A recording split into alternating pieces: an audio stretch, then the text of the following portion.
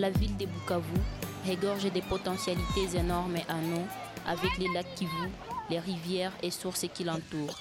Mais pour trouver l'eau potable, c'est un véritable casse-tête. Nalamkia 4 heures, kosa maembo zitanikimbiza, kosa zitaluma wenzetu, mbovya vile, sasa tunafika Funu.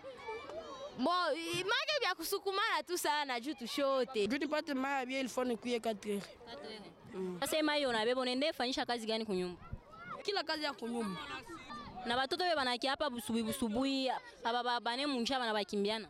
Bamaibo banaza watoto. Comme la Régie des eaux, service de l'État qui doit fournir de l'eau, ne parvient pas à satisfaire à la demande de la population. Dans certains quartiers, l'eau ne coule plus des robinets. Régie des eaux kwanza kuna probleme anashindwa kualimenter batu mama ipite ku marobine. Mama ya mimba sasa banakuyaka vile mwele mabusiku banavunjikia mwaile njia yenye haina escalier. Même en période de saison de pluie, il y a un problème déjà de desserte.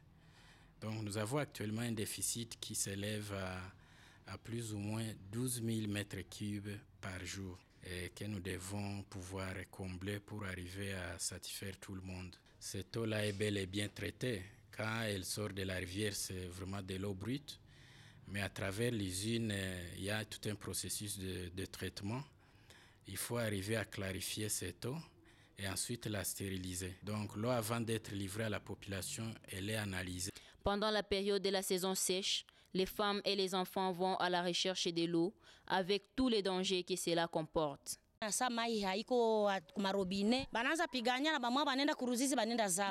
Dans les milieux périphériques de Bukavu, il faut parcourir plus ou moins 6 km pour trouver une source où puiser. Il faut parfois se réveiller très tôt pour puiser l'eau qui est propre. Hivi tunakosa mai, tunahangaika na mai sana. Ndio maana mimi nakuja kubizola hapa. Itaweza piga lakini ni ya uchafu. Kosa mtu anakuweka na fula hapa basi na mwenda. Kosa mtu anazama hapa.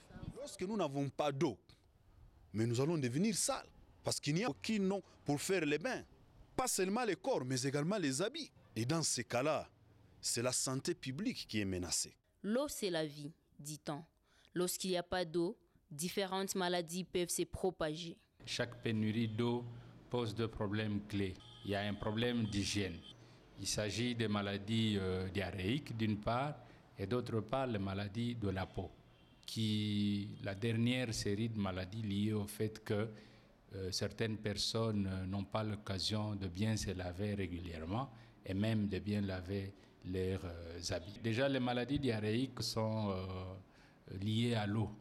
Ce qu'on appelle les maladies des mains sales, particulièrement le choléra dans notre milieu, d'une part, mais aussi il y a tout ce qui est lié à la diminution de la pression de l'eau dans les pompes, notamment la fièvre typhoïde.